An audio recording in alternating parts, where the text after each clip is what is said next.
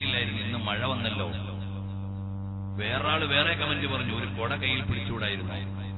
എല്ലാം പറഞ്ഞുകൊണ്ടിരിക്കുമ്പോ അകത്തുനിന്ന് ഉമ്മയുണ്ടൊരു തോർത്തുമുണ്ടും കൊണ്ടുവരുന്നു. ഉമ്മാക്ക് കമന്റ് ഒന്നും പറയാനില്ല, പൊന്നുമോനെ അടുത്തു പിടിച്ച് തല തുടച്ചു കൊടുക്കുകയാണ്.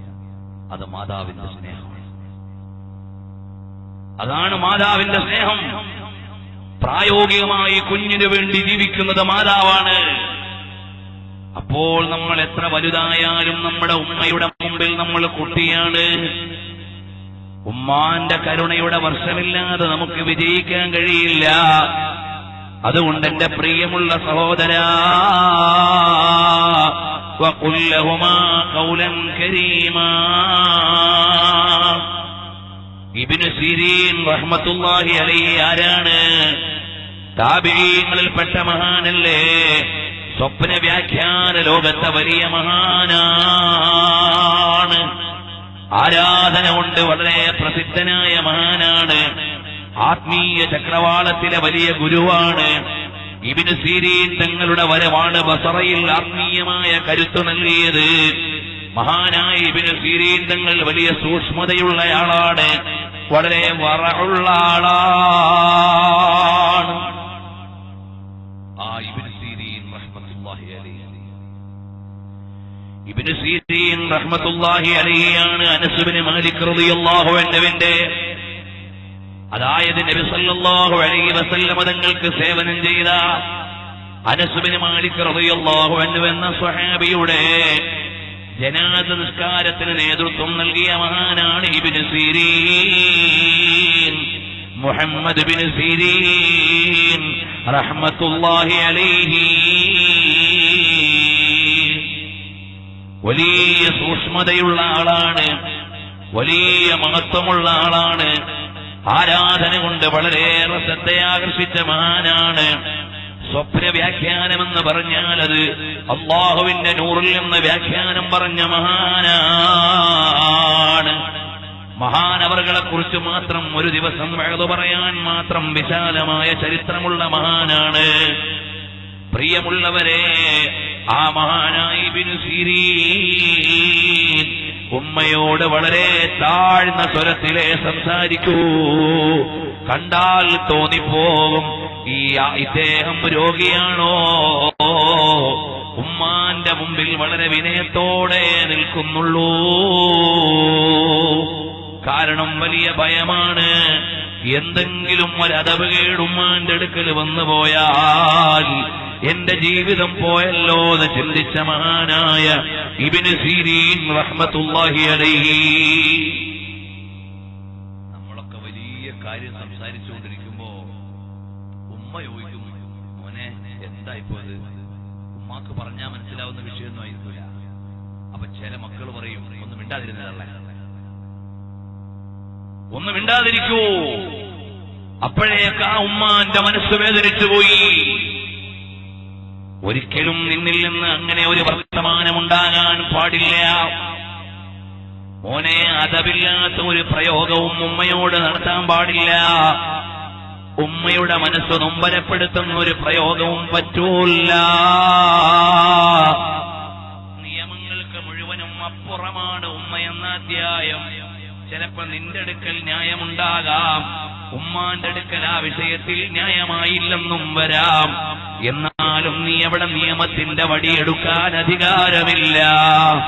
സാവധാനം ഉമ്മാനെ ഒന്ന് ബോധ്യപ്പെടുത്തുകയല്ലാതെ നീ എവിടെ നിയമത്തിന്റെ വടിയെടുക്കാൻ പറ്റില്ല.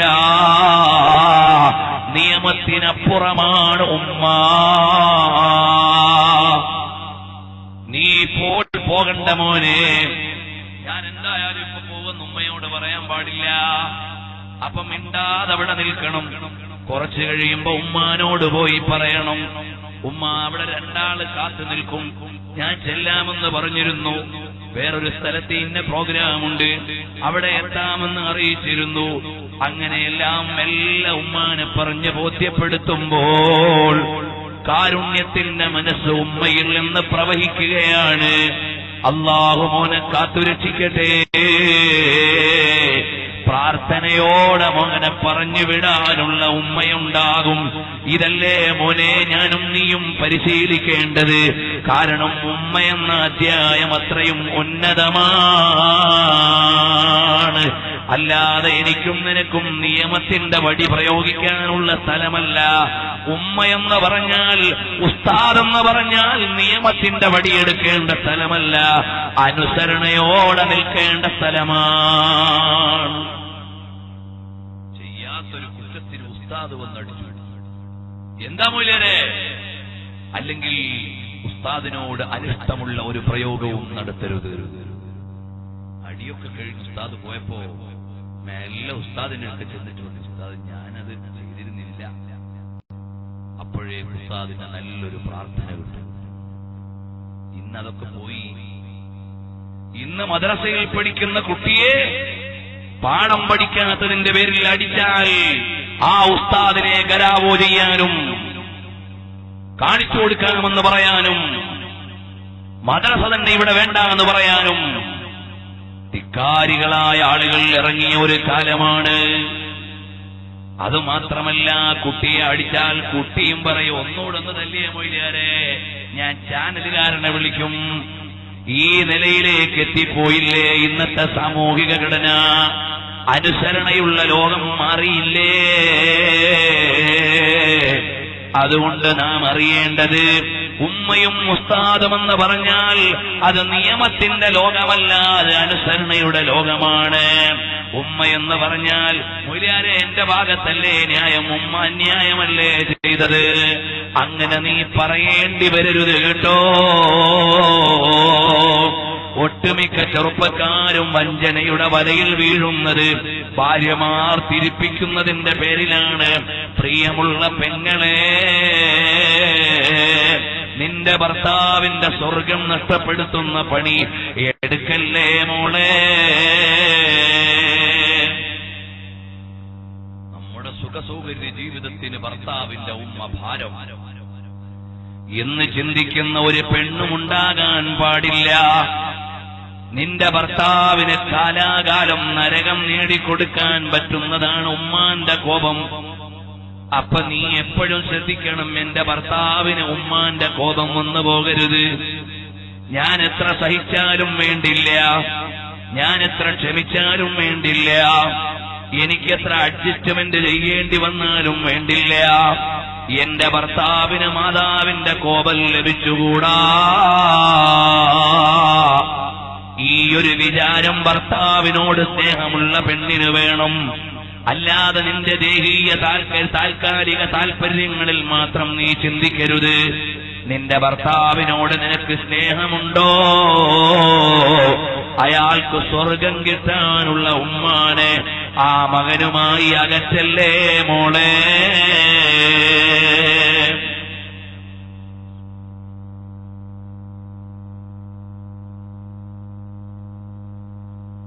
മഹാനായ റഈസുൽ മുഫസ്സിരീൻ അബ്ദുല്ലാഹി ഇബ്നു അബ്ബാസ് റളിയല്ലാഹു അൻഹു, ആ ഇബ്നു അബ്ബാസ് റളിയല്ലാഹു അൻഹുവിന്റെ അടുക്കൽ വന്നുകൊണ്ട് ഒരാൾ പറയാണ്, ഇബ്നു അബ്ബാസ് റളിയല്ലാഹു അൻഹുവിന്റെ അടുക്കൽ വന്നുകൊണ്ട് ഒരാൾ പറയുന്നു, ഓ ഇബ്നു അബ്ബാസ് തങ്ങളെ, ഞാൻ ഒരുത്തിയെ പ്രേമിച്ചുപോയി, അവൾ വേറൊരുത്തനെ പ്രേമിച്ചു, അവര് തമ്മിൽ വിവാഹം കഴിച്ചു. ഞാൻ ഒരുത്തിയെ ലൈനടിച്ചു, അവൾക്ക് വേറൊരുത്തനോട് ലൈനുണ്ടായിരുന്നു. അങ്ങനെ അവര് തമ്മിൽ കല്യാണം കഴിച്ചപ്പോ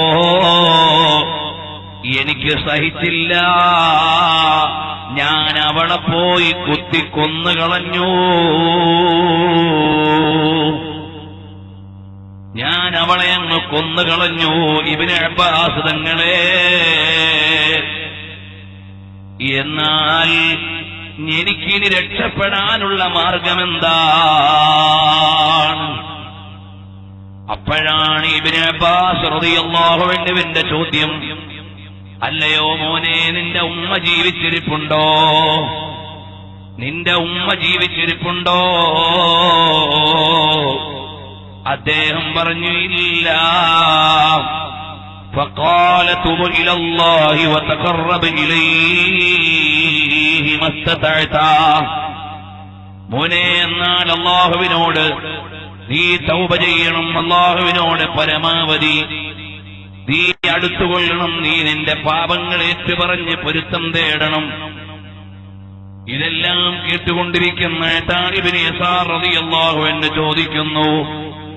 അതാ ഇബ്നു യസാർ റളിയല്ലാഹു അൻഹു ചോദിക്കുകയാണ്, അല്ലയോ ഇബ്നു അബ്ബാസ് തങ്ങളെ, എന്തിനാണ് അയാളോട് ഉമ്മ ജീവിച്ചിരിപ്പുണ്ടോന്ന് ചോദിച്ചത്? അയാളോട് ഉമ്മ ജീവിച്ചിരിപ്പുണ്ടോന്ന് ചോദിച്ചത് എന്തിനാണ്?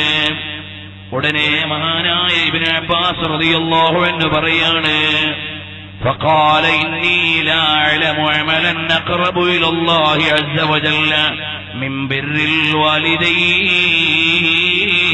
الوالدين. ഞാൻ ആ സഹോദരനോട് ഉമ്മ ജീവിച്ചിരിപ്പുണ്ടോ എന്ന് ചോദിച്ചത് അല്ലാഹുവിലേക്ക് അടുക്കാൻ പറ്റുന്ന നല്ല ഒരു അമല് പറഞ്ഞു കൊടുക്കാനാണ്. ലാ അഅലമു അമലൻ അഖറബു ഇലല്ലാഹ്, അല്ലാഹുവിലേക്ക് അടുക്കാൻ പറ്റുന്ന ഒരു അമലും എനിക്കറിയില്ല. മിൻ ബിർറിൽ വാലിദൈൻ, മാതാപിതാക്കളോട് നന്മ ചെയ്യുന്നത് പോലെ, ഉമ്മ ഉപ്പമാരോട് പൊരുത്തം കാണിക്കുന്നത് പോലെ വേറെ ഒരു അമലും ഞാൻ കണ്ടിട്ടില്ല. അതുകൊണ്ട് ആ ഉമ്മ ജീവിച്ചിരിപ്പുണ്ടെങ്കിൽ മോനെ പോയിട്ട് ഉമ്മാക്കൊന്ന് സേവനം ചെയ്യാൻ പറയാനായിരുന്നു. എന്റെ സദസ്സിൽ ഇരിക്കുന്ന സഹോദരന്മാരെ,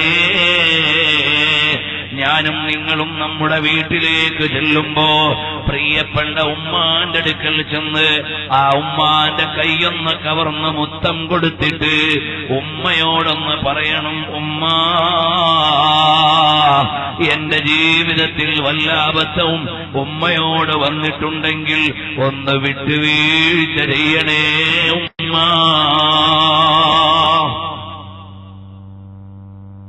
എനിക്കും നിങ്ങൾക്ക് ഉമ്മയോട് പറയാൻ കഴിയണം. അപ്പൊ ഉമ്മാക്കൊരു പ്രതികാരമില്ല, ഉമ്മാക്ക് പ്രതികാരം ഉണ്ടാവില്ല. എത്ര ദേഷ്യത്തോടെ ഇരിക്കുന്ന മാതാവും മകൻ അടുത്തു വന്ന സങ്കടം പറയുമ്പോഴേക്ക് പൊട്ടിക്കരഞ്ഞു പോകും. അതിനെ അവർക്ക് സാധിക്കുകയുള്ളൂ, അതിനെ അവർക്ക് കഴിയൂ. അതാണ് ഉമ്മ എന്ന അധ്യായം. അതുകൊണ്ട് മോനെ, നിന്റെ ഉമ്മാന്റെ അടുക്കലേക്ക് ചെന്നിട്ട് നമ്മൾ ചെറുപ്പകാലത്ത് അല്ലെങ്കിൽ ഇടയിൽ അവിവേകം കൊണ്ട് ഉമ്മാക്ക് ഇഷ്ടമില്ലാത്തത് ചെയ്തു പോയെങ്കിൽ, ഉമ്മാക്ക് പൊരുത്തമില്ലാത്ത വാക്ക് പറഞ്ഞു പോയെങ്കിൽ, ഭാര്യയുടെ വാക്ക് കേട്ടുകൊണ്ട് ഉമ്മാനെ വല്ല നിലയിലും അനിഷ്ടപ്പെടുത്തിയെങ്കിൽ, എന്റെ പ്രിയമുള്ള സഹോദരാ, ആ മാതാവിന്റെ അടുക്കൽ പോയി നീയൊന്ന് പൊരുത്തം വാങ്ങണം മോനെ. പ്രവാസികളായ സഹോദരന്മാരെ, ഒരുപാട് കാലം ആറ്റുനോറ്റ് പോറ്റിയിട്ടൊരുമ്മ ഗൾഫിൽ നിന്ന് വരുന്ന മകനെയും കാത്തിരിക്കും. ആ ഉമ്മാന്റെ സ്വപ്നമെന്താണ്?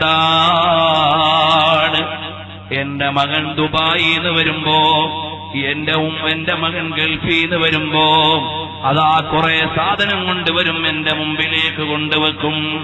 അത് ഞാനെടുത്ത് ഇന്ന ഇന്ന ആളുകൾക്കൊക്കെ കൊടുക്കും, ഇന്ന ആളുകൾക്കൊക്കെ പങ്കുവെക്കും. അതിങ്ങനെ മോഹിച്ചിരിക്കുന്ന ഉമ്മയാണ്. അപ്പോഴാണ് പ്രവാസിയായ വിവാഹിതനായ ചെറുപ്പക്കാരൻ അവൻ കൊണ്ടുവന്ന എല്ലാ സാധനങ്ങളും ഭാര്യയുടെ അടുക്കൽ കൊണ്ടുപോയി പങ്കുവച്ചിട്ട് ഉമ്മാക്കുള്ള തുണിയും കുപ്പായവും കൊണ്ടുവന്നാൽ ചിലപ്പോ ഉമ്മാന്റെ മനസ്സിന്റെ ബാലൻസ് തെറ്റാൻ അതും മതിമോനെ. ഒരു മനഃശാസ്ത്രജ്ഞനായ കോഴിക്കോട് ജില്ലയിൽ ജീവിക്കുന്ന ഒരു ഡോക്ടർ ഉന്നതങ്ങളിൽ ഒരു വെളിച്ചം എന്ന പേരിൽ അദ്ദേഹത്തിന്റെ ചികിത്സാനുഭവങ്ങൾ എഴുതുന്നതിൽ കാണാം. ഒരമ്മയുടെ മാനസിക നില തെറ്റിപ്പോയി. അവസാനം മനഃശാസ്ത്രജ്ഞന്റെ അടുക്കിലെത്തി, സൈക്കാട്രിസ്റ്റിന്റെ അടുക്കിലെത്തി. കുറെ കഴിഞ്ഞു. അവസാനം ഇവരോട് ഫ്രീ ആയി ഫ്രാങ്കായി സംസാരിക്കും. പറയാണ്, ഞാൻ വളരെ കഷ്ടപ്പെട്ടാണ് ഈ മോനെ വളർത്തിക്കൊണ്ടത്. എനിക്ക് സ്വപ്നമുണ്ടായിരുന്നു, എന്റെ മകൻ ഗൾഫിൽ നിന്ന് വരുമ്പോ അവൻ കൊണ്ടുവരുന്ന സാധനങ്ങളൊക്കെ എടുത്ത് ഇങ്ങനെ കണ്ട് വിതരണം ചെയ്യണം, എനിക്കൊന്നും വേണ്ട. അതിങ്ങനെ പ്രതീക്ഷിച്ചിരിക്കുമ്പോഴാണ് അവൻ അതെല്ലാം കൊണ്ടുവന്ന് അവന്റെ ഭാര്യയുടെ കയ്യിൽ കൊടുത്തിട്ട് എനിക്കുള്ള 2 സാധനവും കൊണ്ടതാ വരണേ. എനിക്കതൊന്നും വേണ്ട. എനിക്കാ എന്റെ പ്രിയപ്പെട്ട മകന്റെ വരവും അനുബന്ധമായ ചില സന്തോഷങ്ങളും എന്റെ മനസ്സിലുണ്ടായിരുന്നു, അതെല്ലാം തകർന്നുപോയി. ഉമ്മാന്റെ നിലയങ്ങ് തെറ്റിപ്പോയി. ഇതുപോലെ എത്രയെത്ര ചെറിയ കാര്യങ്ങളാണ് മോനെ നമുക്ക് വലിയ ശ്രദ്ധയോടുകൂടി കൈകാര്യം ചെയ്യേണ്ടത്. നീ നിന്റെ വീട്ടിലേക്ക് വന്ന് കോളിംഗ് ബെല്ലടിക്കുമ്പോ എല്ലാ ദിവസവും നീ വീട്ടിലേക്ക് കൊണ്ടുവരുന്ന ബണ്ടില് അല്ലെങ്കിൽ കൊണ്ടുവരുന്ന സാധനങ്ങൾ ഉമ്മാന്റെ കയ്യിൽ കൊടുക്കലാണ്. കല്യാണം കഴിച്ചതിന്റെ പിറ്റേന്ന് നിന്റെ ഭാര്യയാണ് വന്ന് നിന്റെ ഡോറ് തുറന്നത്. നീ കൊണ്ടുവന്ന സാധനം അങ്ങ് നിന്റെ ഭാര്യയുടെ കയ്യിൽ അങ്ങ് കൊടുക്കുന്നു. അപ്പോഴാണ് ഉമ്മാന്റെ മനസ്സിലൊരു ചിന്ത, അല്ല ഇവൻ കല്യാണം കഴിച്ച് ഒരു ദിവസമായപ്പോഴേക്ക് ഇവനെ എനിക്ക് നഷ്ടമായല്ലോ. സ്വാഭാവികമായും ഒരു ഉമ്മായുടെ മനഃശാസ്ത്രമാണ് വിവാഹം കഴിക്കുമ്പോഴേക്കും മകനെ എനിക്ക് അന്യമായി പോകുമോ എന്ന പ്രകൃതിപരമായ ഒരു മാനസിക ചിന്തയുണ്ടാകുമെന്ന് ഡോക്ടർമാര് പറയുകയാണ്. സ്വാഭാവികമായും ഉണ്ടാകാവുന്നതാണ്. അപ്പോഴാണ് നീ കൂടുതൽ ശ്രദ്ധിക്കേണ്ടതെന്ന് എന്റെ പ്രിയമുള്ള സഹോദരന്മാരോട് ഓർമ്മപ്പെടുത്തുകയാണ്. നീ നിന്റെ ഭാര്യയെ പറഞ്ഞു ബോധ്യപ്പെടുത്തണം. ഉമ്മ എന്ന അധ്യായം വലിയ അധ്യായമാണ്. ആ അധ്യായത്തിൽ നിന്നൊരു ശ്രദ്ധയും നിനക്ക് വിട്ടുപോകാൻ പാടില്ല. ആയിഷ റളിയല്ലാഹു അൻഹ നിവേദനം ചെയ്യുകയാണ്, നബി സല്ലല്ലാഹു അലൈഹി വസല്ലം തങ്ങൾ പഠിപ്പിക്കുന്നു, ഞാൻ സ്വർഗം എനിക്ക് കാണിക്കപ്പെടുകയും ഞാനതിൽ കടക്കുകയും ചെയ്തപ്പോ സ്വർഗീയ ആരാമത്തിലേക്ക് ചെല്ലുമ്പോ അല്ലാഹുവിന്റെ അനുഗ്രഹത്തിന്റെ വീടല്ലേ മോനെ സ്വർഗം. ആ സ്വർഗത്തിന്റെ ഉള്ളറയിലേക്ക് ചെല്ലുമ്പോ ഒരാൾ വളരെ മധുരമനോഹരമായ ഖുർആൻ ഓതുന്നുണ്ട്, ഒരാൾ വളരെ മനോഹരമായ ഖുർആൻ ഓതുന്നുണ്ട്. ഉടനെ നബി സല്ലല്ലാഹു അലൈഹി വസല്ലം തങ്ങൾ ചോദിച്ചു, ഈ ഖുർആൻ ഓതുന്ന ആളാരാണ്? ഇമാം അഹ്മദ് നിവേദനം ചെയ്യുകയാണ്, സഹോദരന്മാരെ, ഈ ഖുർആൻ ഓതുന്നയാൾ ആരാണെന്ന് അല്ലാഹുവിന്റെ ഹബീബ് ചോദിക്കുകയാണ്. ഉടനെ അവിടുന്ന് പറയുന്നു, ഹാരിസത്ത് ബിൻ നുഅ്മാൻ. ഹാരിസത്ത് ബിൻ നുഅ്മാനാണ്. എന്തേ ഹാരിസത്ത് ബിൻ നുഅ്മാന് സ്വർഗീയ ആരാമത്തിൽ നിന്ന് കേൾക്കുന്ന വിധം മധുരമനോഹരമായ ഖുർആൻ ഓതാനുള്ള ഭാഗ്യം എന്തുകൊണ്ടാണ് കിട്ടിയതെന്ന് ചോദിക്കുമ്പോ മറുപടി വരുന്നു, ഉമ്മയോട് വലിയ ഗുണം ചെയ്തയാളാണ്,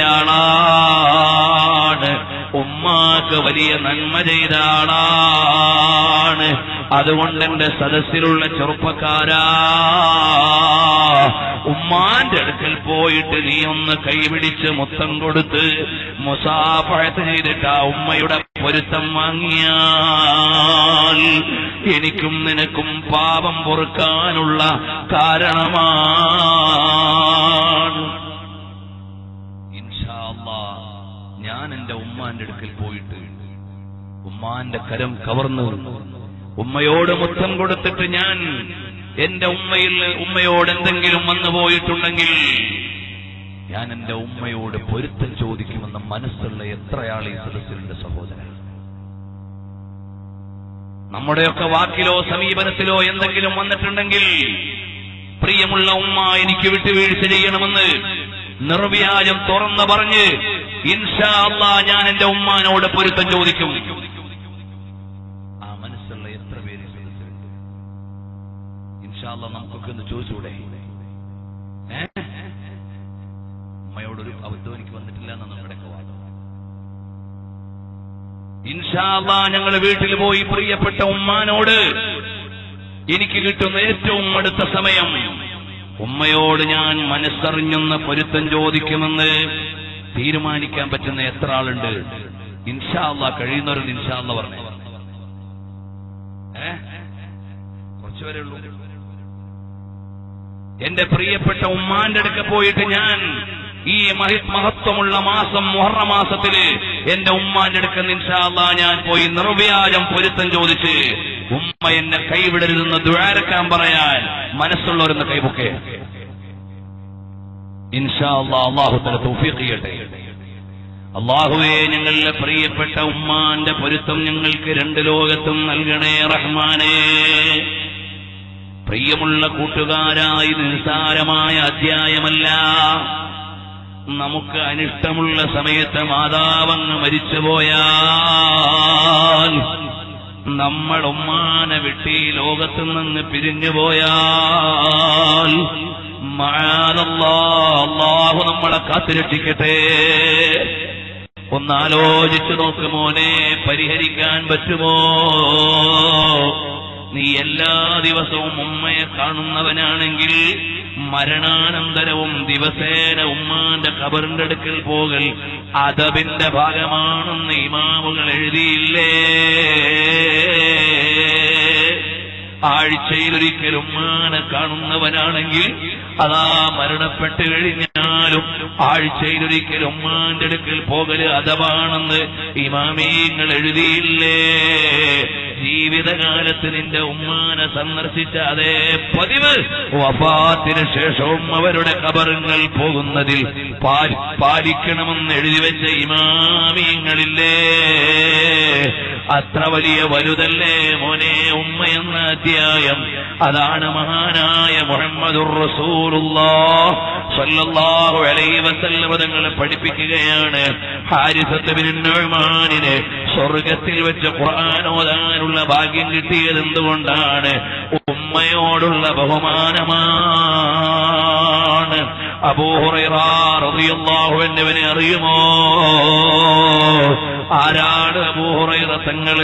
ലോകത്ത് ഏറ്റവും കൂടുതൽ ഹദീസ് അല്ലാഹുവിന്റെ ഹബീബിൽ നിന്ന് ഉദ്ധരിച്ച സ്വഹാബിയാണ്. വലിയ പദവിയുള്ള സ്വഹാബിയാണ്.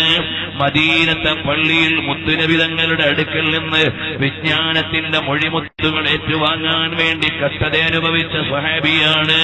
ചിലപ്പോഴൊക്കെ വിശപ്പുകൊണ്ട് മദീനത്തെ പള്ളിയുടെ മുറ്റത്ത് കിടന്ന് പൊളഞ്ഞ മഹാനാണ് അബൂ ഹുറൈറ.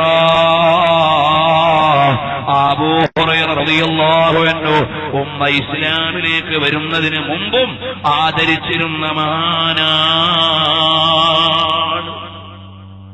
ഉമ്മ ഇസ്ലാമിലേക്ക് വന്നില്ല ആദ്യം, എന്നാലും ഉമ്മാക്ക് വേണ്ടി സേവനം ചെയ്യുന്നതിൽ ഒരു വീഴ്ചയും വരുത്തിയില്ല. എന്നാലും ഉമ്മാക്ക് വേണ്ടി വീഴ്ച, ഒരു സേവനത്തിൽ ഒരു വീഴ്ചയും വരുത്തിയില്ല.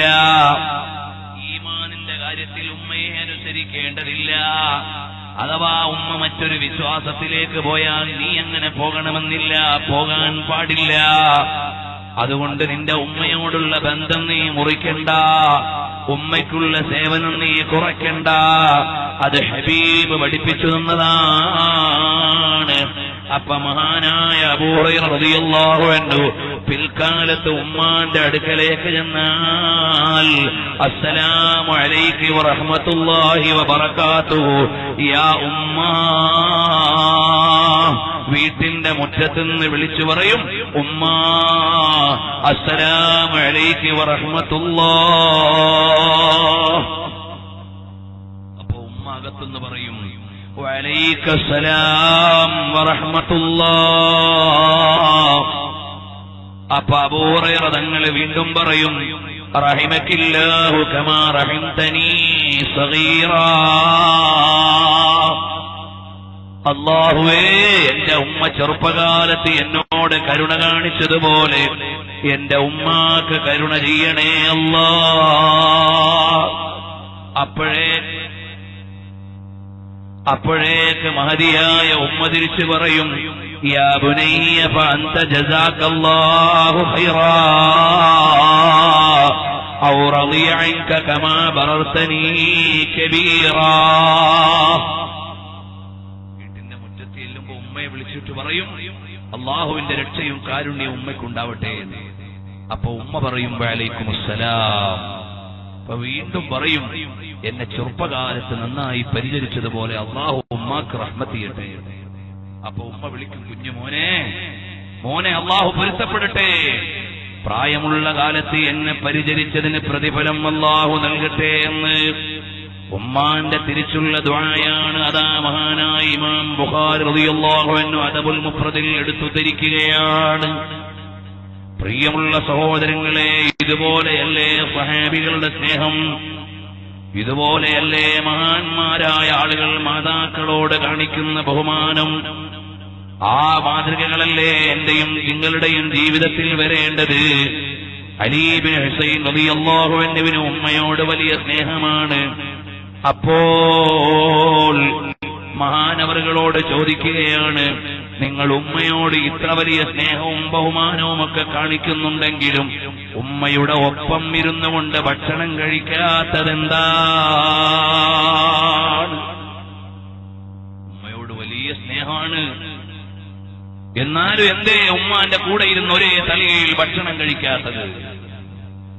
ബഹുമാനപ്പെട്ട അലി ഇബ്നു ഹുസൈൻ റളിയല്ലാഹു അൻഹു പറയാണ്, എന്റെ ഉമ്മ എടുക്കണമെന്ന് കണ്ണുവെച്ച ഒരു സ്ഥലത്തേക്ക് എന്റെ കൈ ആദ്യം എത്തിപ്പോകുമോ എന്ന് പേടിച്ചുകൊണ്ടാണ് ഞാൻ ഒരുമിച്ച് കഴിക്കാത്തത്.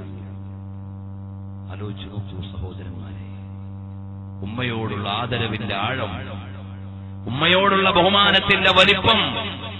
മഹാന്മാര് പറയാണ്, ഒരുമിച്ച് ഭക്ഷണം കഴിക്കുമ്പോ എന്റെ ഉമ്മ എടുക്കണോന്ന് വിചാരിച്ച് കണ്ണുവെച്ച സ്ഥലത്തേക്ക് എന്റെ കൈ ആദ്യം എത്തിപ്പോയാൽ അതെനിക്ക് ചിന്തിക്കാൻ കഴിയുന്നില്ല. എന്നിട്ടാണോ മോനെ ഇന്നുമ്മമാരോട് മര്യാദയില്ലാതെ ജീവിക്കുന്ന മക്കളുള്ള കാലമാണ്. ഞാനും നീയും അതിൽ പെടാൻ പാടില്ല. എനിക്കും നിനക്കും നാളത്തേക്ക് രക്ഷപ്പെടാനുള്ള ഏറ്റവും വലിയ വഴിയാണ് ഉമ്മ എന്ന് പറയുന്ന കാരുണ്യത്തിന്റെ ഏറ്റവും വലിയ അധ്യായം. അറിയുമോ സഹോദരാ, ഉമ്മയുടെ മുഖത്തേക്ക് നോക്കിയിരിക്കുന്നത് വലിയൊരു ഇബാദത്താണ്. ഹജ്ജിന്റെയും ഉംറയുടെയും പ്രതിഫലമാണ് ഉമ്മാന്റെ മുഖത്തേക്ക് നോക്കിയിരിക്കുന്നതിന് ലഭിക്കുന്നത്. ഉമ്മാന്റെ മുഖം കാണൽ ആരാധനയാണ്. അപ്പോ ഒരു സ്വഹാബി ചോദിക്കുന്നു, നബിയേ, 100 വട്ടം നോക്കിയാൽ 1000 വട്ടം നോക്കിയാൽ ഏറെ തവണ ഉമ്മാന്റെ മുഖത്തേക്ക് നോക്കിയാൽ അതിനെല്ലാം ഒരു ഹജ്ജിന്റെയും ഉംറയുടെയും കൂലി കിട്ടുമോ? അതേ മോനെ, അതിലേറെയും കൂലി തരാൻ പറ്റുന്ന റബ്ബാണ്. അതുകൊണ്ട് നീ നിന്റെ ഉമ്മാന്റെ മുഖത്തേക്കൊന്നു നോക്കലും വലിയ ഇബാദത്തു തന്നെ.